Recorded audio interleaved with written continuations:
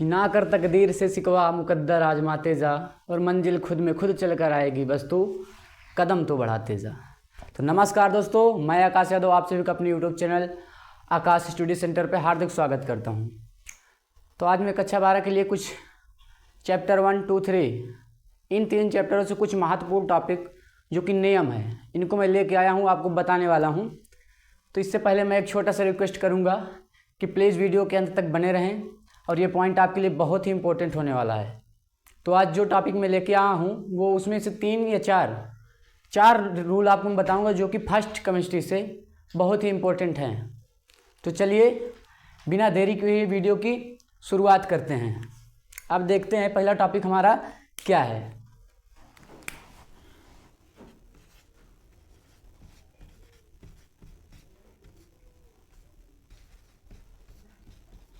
Henry का नियम।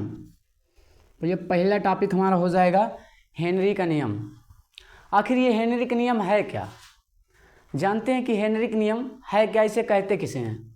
तो समझना कि स्थिर ताप पर किसी गैस की द्रव में विलेयता, स्थिर ताप पर किसी गैस की द्रव में विलेयता के ऊपर पड़ने वाले आंशिक दाब के समानुपाती होती है। इसे ही हेनरी का नियम कहते हैं। समझना फिर से भाई, स्थिर ताप पर किसी गैस की द्रव में विलेयता विलयन की सतह पर पड़ने वाले आंशिक दाब के समानुपाती होती है। इसे ही हेनरी का नियम कहते हैं। समझना, लिखते हैं भाई क्या होती है हेनरी का नियम, क्या होता है।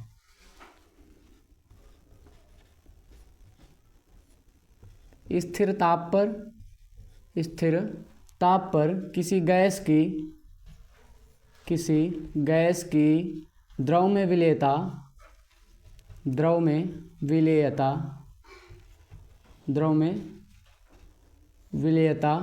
विलयन की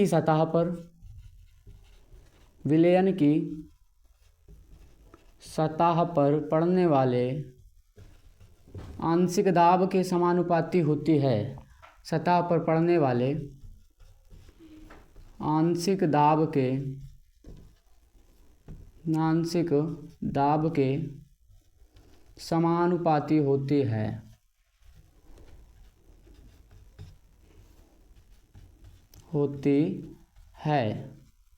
इसे ही हेनरी का नियम कहते हैं। इसे ही हेनरी का नियम कहते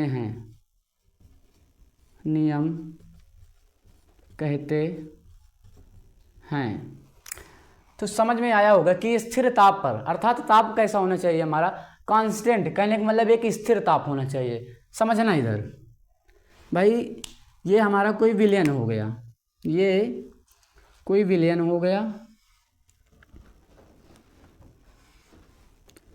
ये हमारा एक विलयन हो गया, कोई भी हमारा लिक्विड फॉर्म में द्रवीय अवस्था का विलयन है।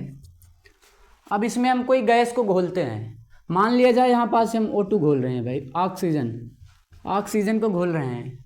अब देखना, जब हम ऑक्सीजन को घोलेंगे तो कुछ दाब इसका बनेगा। जो ये दाब आएगा इसमें हमारे विलयन में, इसकी विलेयता जितना ज़्यादा दाब अधिक होगा उतना ज़्यादा वो विलेय होगा भाई। समझना, इसको हम लिखते कैसे हैं कि विलेयता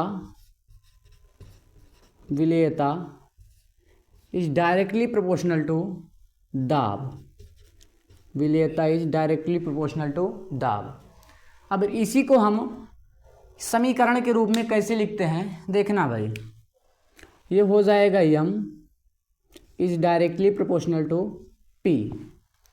यम, अब सब लोग जानते हैं कि जब भाई समानुपाती अनुक्रमानुपाती जो भी है, इसका जब साइन हटता है तो एक नियतांक आता है। नियतांक यहाँ पास क्या हो जाएगा, m इज इक्वल KHP। यही है हमारे हेनरी का समीकरण। जो हेनरी के नियम से जो समीकरण मिला है वो यही है भाई। समझना, यहाँ m जो है वो विलेयता है, यम जो है वो विलेयता है, जबकि यहाँ दाब P से लिखा गया है। समझिए, जहाँ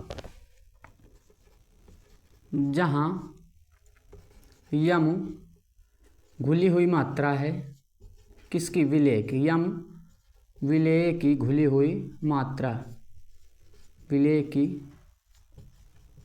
घुली हुई मात्रा है। और पी क्या है, प्रेशर। प्रेशर मतलब बोले तो दाब, पी क्या है, दाब है। और यहाँ के एच क्या है, मेन पॉइंट यही है भाई, के एच हमारा क्या है, के एच हेनरी स्थिरांक है, के एच हेनरी का स्थिरांक है। तो समझना के एच क्या हो जाएगा, हेनरी स्थिरांक हो जाएगा। ये हो गया हमारे टोटल क्या, हेनरी का नियम। समझना भाई, स्थिर ताप पर किसी गैस की द्रव में विलेयता विलयन की सतह पर पड़ने वाले आंशिक दाब के समानुपाती होती है। क्लियर? हाँ, उम्मीद करता हूँ कि आपको हेनरी का नियम एकदम क्लियर हुआ होगा। तो चलिए ठीक है, अब अगला नियम किसका है वो देखते हैं। भाई अगला नियम हमारा क्या हो जाएगा, राउल्ट का नियम। समझते हैं राउल्ट का नियम क्या होता है।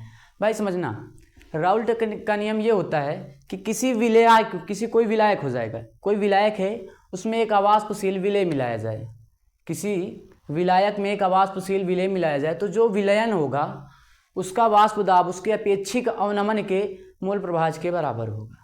तो समझिए यहाँ पास लिखते हैं भाई, राउल्ट का नियम क्या है, राउल्ट का नियम। दूसरा पॉइंट है हमारा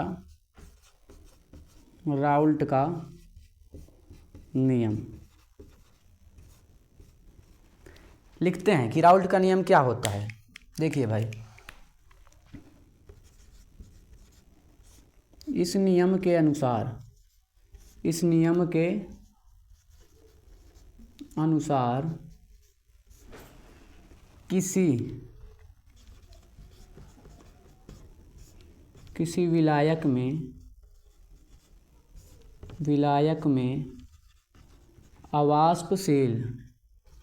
किसी विलायक में अवाष्पशील विलेय मिलाने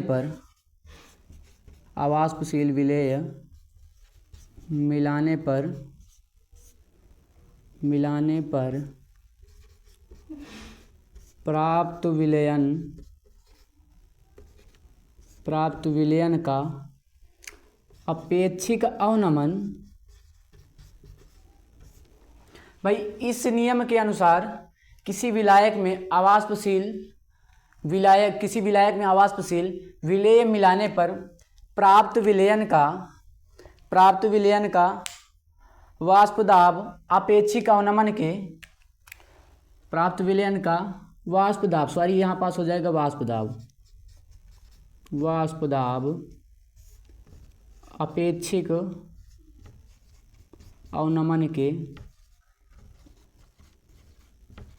अवनमन के मोल प्रभाज के बराबर होगा। मोल प्रभाज के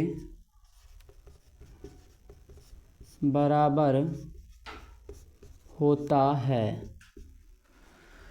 भाई समझना, थोड़ा सा यहाँ से मैं इन्वर्टेड कामा में किए दे रहा हूँ इसको, कि किसी विलायक में अवाष्पशील विलेय मिलाने पर प्राप्त विलयन का वाष्प दाब उसके आपेक्षिक अवनमन के मोल प्रभाज के बराबर होता है। अब देखना यहाँ पास इसका गणितीय रूप क्या हो जाएगा भाई, पी नॉट पी एस अपान में पी नॉट, ये उसका क्या हो गया, वाष्प दाब। अब किसका, मोल प्रभाज के बराबर होता है, तो यहाँ हो जाएगा यन अपान में यन प्लस में कैपिटल एन।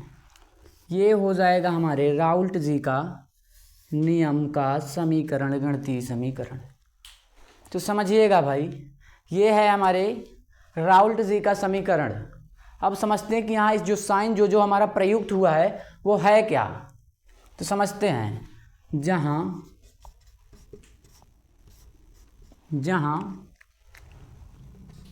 पी नॉट और क्या है पी एस और क्या है यन फिर कैपिटल एन। हाँ देखिएगा क्या है, जहाँ पी नॉट विलेय का वाष्प दाब है और पी एस क्या है, विलायक का वाष्प दाब है। पी एस जो है पी सॉल्यूशन, भाई विलयन का वाष्प दाब है, विलयन का वाष्प दाब है, वाष्प दाब। और यन क्या है, यन यन यन यहाँ पास विलेय के मोलों की संख्या हो जाएगी, विलेय के मोलों की संख्या है। और कैपिटल यानी क्या है यहाँ, विलायक के मोलों की संख्या, विलायक के मोलों की संख्या। ये रहा हमारे टोटल किसका, राउल्ट जी का नियम। तो उम्मीद करता हूँ आपको राउल्ट और हेनरी दोनों का नियम बढ़िया से समझ में आया होगा। अच्छा एक बात यहाँ पास, अगर ये कंफ्यूजन में है कि यन और कैपिटल यानी क्या है यहाँ, तो हम शायद पढ़े होंगे कि भाई मोल प्रभाज जो होता है, मोल प्रभाज का सूत्र क्या होता है, घटक के मोलों की संख्या बटे में कुल विलयन। भाई विलयन किससे मिलकर बना, विलेय प्लस विलायक, वही काम हुआ है यहाँ पास, विलेय प्लस विलायक, विलेय प्लस विलायक दोनों मिलकर क्या बने, विलयन। ये घटक के मोलों की संख्या बटे विलयन के कुल मोल की संख्या। वही चीज़ को चाहे हम विलयन के कुल मोल लिख दें और चाहे लिख दें कि विलेय का मोल प्लस में विलयन का विलायक का मोल। उम्मीद करता हूँ कि आपको ये टॉपिक बढ़िया से समझ में आया होगा। तो चलिए अगला नियम किसका है वो देखते हैं। इससे पहले थोड़ा सा तो देखिए अगला टॉपिक हमारा क्या है, कोलराउस का नियम। भाई कोलराउस का नियम क्या है ये समझते हैं, पहले लिख लेते हैं कि कोलराउस का नियम है क्या। कोलराउस का नियम तीसरा पॉइंट है हमारा।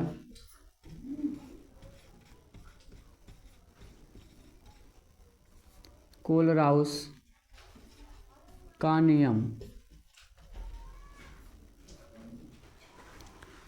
भाई कोलराउस का नियम क्या है, किसी विलयन की अनंत तनुता पर विलयन की तुल्यांकी चालकता लैम्डा इनफाइनाइट का मान। भाई किसी विलयन की अनंत तनुता पर उसकी तुल्यांकी चालकता लैम्डा इनफाइनाइट का मान उसके धन आयनों एवं ऋण आयनों की तुल्यांकी चालकता के योग के बराबर होता है। यही है हमारे कोलराउस का नियम। लेकिन समझना, इसको लिखते हैं क्या होता है कोलराउस का नियम।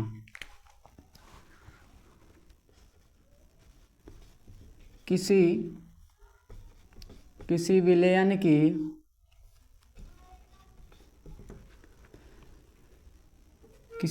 की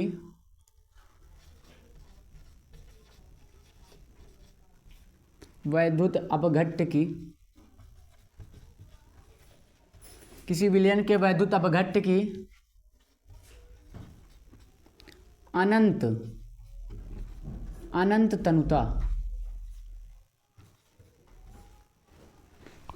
तनुता बोलें तो भाई लैम्डा इनफाइनाइट। अनंत तनुता को काहे से लिखते हैं, लैम्डा इनफाइनाइट से। तो किसी विलयन की वैद्युत अपघट्य की अनंत तनुता पर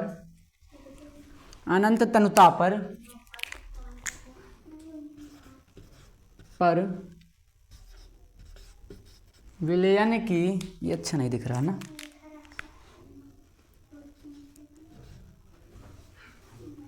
अनंत तनुता पर यहाँ पास इसको हटा दो। भाई किसी विलयन की वैद्युत अपघट्य की अनंत तनुता पर विलयन की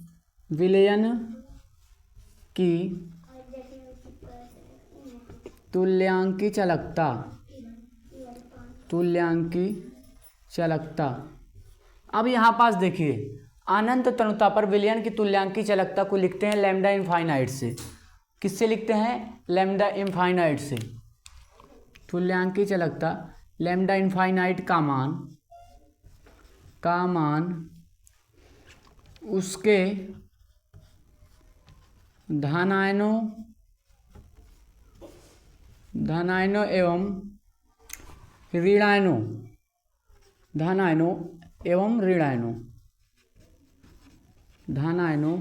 एवं ऋण आयनों पर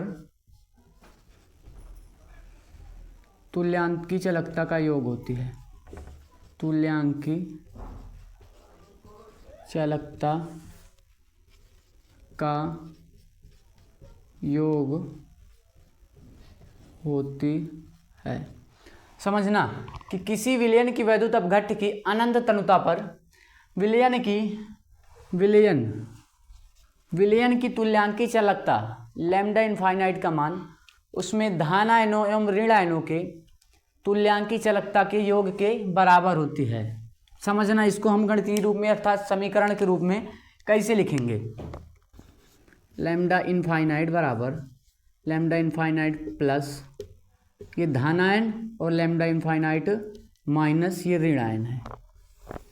अब देखना, यहाँ लैम्डा इनफाइनाइट अनंत तनुता पर तुल्यांकी चालकता को बता रहा है, जबकि लैम्डा इनफाइनाइट प्लस अनंत तनुता पर उसकी पॉजिटिव अर्थात धनात्मक तुल्यांकी चालकता को बता रहा है, और ये क्या है, ऋणात्मक तुल्यांकी चालकता को बता रहा है। और टोटल इस दोनों का योग क्या हो जाएगा, अर्थात धनात्मक और ऋणात्मक दोनों का योग हो जाएगा इसका अनंत तनुता पर तुल्यांकी चालकता। यही है कोलोराउस जी का नियम। इसका एक एग्जाम्पल देते हैं भाई हम कि सिल्वर नाइट्रेट अगर इसका किया जाए किसके दर पर, मतलब कोलोराउस के नियम के हिसाब से देखा जाए तो ये हो जाएगा लैम्डा इनफाइनाइट AgNO3 और ये बराबर में क्या हो जाएगा लैम्डा प्लस Ag प्लस में लैम्डा माइनस में NO3। ऐसे हो जाएगा हमारा क्या, इसका देखिए भाई कोलोराउस जी के नियम से ऐसे इसका सॉल्यूशन होगा। तो उम्मीद करता हूँ कि आपको कोलोराउस जी का नियम बहुत अच्छे से समझ में आया होगा। अगर हाँ ये सब आपको समझ में आ रहा है तो एक छोटा सा प्यारा सा कमेंट जरूर करना कि वीडियो कैसी लगी और कैसी है, ताकि मैं आपको अच्छे से अच्छा कंटेंट देने की कोशिश करूं। अगर कहीं भी गलती है तो उसको मुझको बताइए, मैं उसको सुधारने का प्रयास करूंगा। थोड़ा सा देखते हैं इसके आगे का पॉइंट क्या है।